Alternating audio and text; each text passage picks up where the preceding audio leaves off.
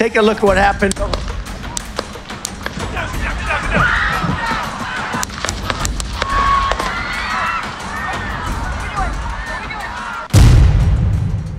चौदह जुलाई 2024, Pennsylvania, America.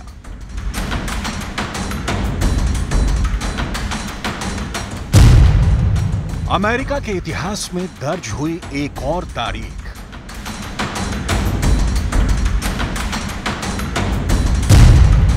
America के पूर्व राष्ट्रपति डोनाल्ड ट्रंप पर हमला। अमेरिका के खूनी इतिहास में एक और तारीख दर्ज हो गई।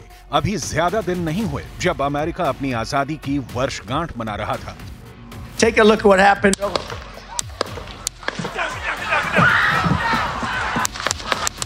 महज 10 दिन बीते थे और पेंसिल्वेनिया में ऐसा हमला हुआ कि पूरा का पूरा अमेरिका थर्रा गया।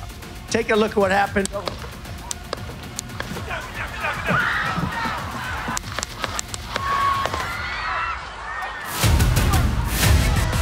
सारी की सारी सुरक्षा धरी की धरी रह गई।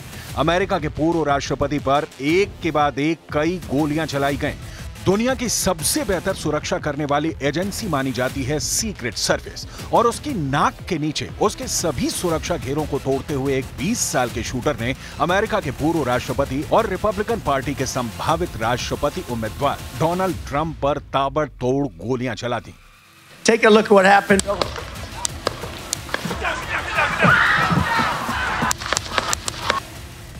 सीक्रेट सर्विस के स्नाइपर अपने गन लेकर सुरक्षा करते रह गए और अमेरिका के इतिहास में एक और खूनी तारीख दर्ज हो गई। डोनाल्ड ट्रंप 2007 से 2012 तक अमेरिका के राष्ट्रपति रहे हैं और वो इस बार भी राष्ट्रपति पद के लिए चुनावी रैलियां कर रहे हैं।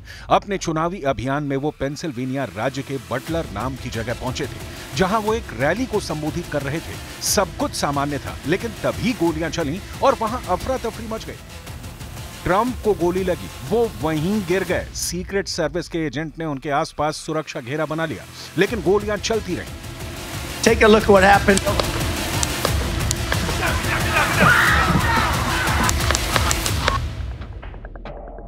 वहां मौजूद एसोसिएटेड प्रेस के फोटोग्राफर ने सब कुछ अपने लेंस के जरिए कैद किया है। सुनिए क्या हुआ था उस वक्त। So today I was photographing former President Trump at a campaign rally here in Butler, Pennsylvania. I was right in front of the stage, directly in front of the stage. It was a normal rally. I've done it hundreds of times, and over my left shoulder, I heard several pops, and I knew immediately it was gunfire.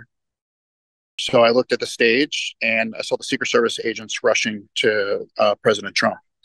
From that moment, I ran to the stage and I started photographing the agents on top of them.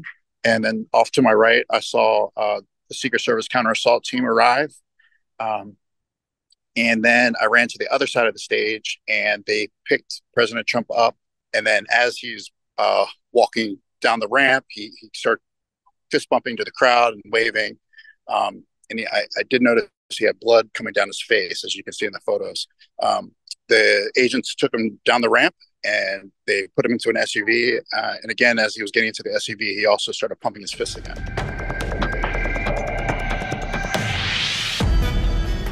हमलावर को मार गिराया गया, लेकिन उससे पहले हुई firing में रैली में मौजूद एक आदमी की मौत हो गई। 2 लोग जख्मी हो गए। हालांकि पूर्व राष्ट्रपति ट्रंप के दाहिने कान पर गोली लगी थी। वो जख्मी हुए थे, लेकिन वो बाल बच गए। उन्हें तुरंत अस्पताल ले जाया गया, जहां इलाज के बाद उन्हें डिस्चार्ज कर दिया गया। लेकिन इस मामले की जांच को FBI ने टेक ओवर कर लिया है और कहा है कि यह हत्या का प्रयास है। अमेरिका के पूर्व राष्ट्रपति को जान से मारने की कोशिश की गई है। अमेरिकी राष्ट्रपति चुनाव में संभावित उम्मीदवार को जान से मारने की कोशिश की गई है। What we're calling an assassination attempt against our former president, Donald Trump. It's still an active crime scene. As I mentioned, we have a number of agents on scene. We also are working closely with other federal agencies, our state partners, and our local police partners as well.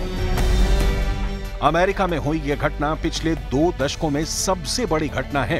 पूर्व राष्ट्रपति को पूरी सुरक्षा के बीच जान से मारने की कोशिश हुई है। हालांकि आसपास के लोगों का कहना है कि उन्होंने हमलावर को पहले ही देख लिया था।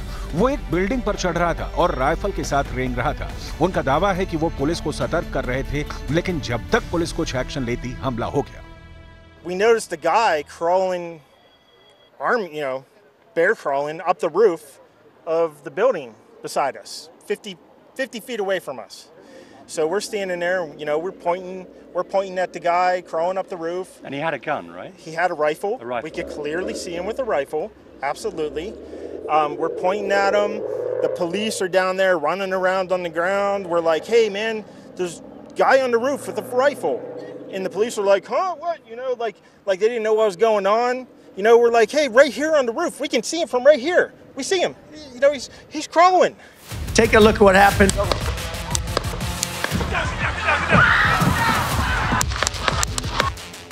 डोनाल्ड ट्रंप पर हमले के बाद डेलावेयर में वीकेंड पर अपने घर गए राष्ट्रपति जो बाइडेन ने तुरंत एयरफोर्स 1 से वॉशिंगटन डीसी निकलने का निर्णय लिया। वो व्हाइट हाउस पहुंचकर सुरक्षा पर बड़ी बैठक करने वाले हैं। जो बाइडेन ने इस दौरान ट्रंप से बात की, पेंसिल्वेनिया के गवर्नर और बटलर के मेयर से भी बात की। उन्होंने इस घटना की निंदा की। इस बीच में हमलावर की पहचान सामने आई। डोनाल्ड ट्रंप पर हमला करने वाला 20 साल का है। उसका नाम थॉमस मैथ्यू क्रुक है, जो पेंसिल्वेनिया के बेथिल पार्क का रहने वाला है। अमेरिका में सीक्रेट सर्विस अब सवालों के घेरे में है। ट्रंप पर ऐसे समय में जानलेवा हमला हुआ है जब अमेरिका में राष्ट्रपति के चुनाव हैं और रिपब्लिकन पार्टी से डोनाल्ड ट्रंप संभावित उम्मीदवार हैं। अमेरिका में हुए सर्वे और मार्केट रिसर्च में सामने आया है कि डोनाल्ड ट्रंप के राष्ट्रपति चुनाव जीतने की संभावनाएं 69% है, जबकि डेमोक्रेटिक उम्मीदवार के जीतने की संभावनाएं 31% हैं, जो संभवतः जो बाइडेन हो सकते हैं। हालांकि यह पहला मौका नहीं है जब अमेरिका के राष्ट्रपति या अमेरिका के राष्ट्रपति पद के उम्मीदवार पर जानलेवा हमला हुआ। अमेरिका के इतिहास में 4 राष्ट्रपतियों की हत्या की जा चुकी है और 9 बार हत्या के प्रयास हो चुके हैं।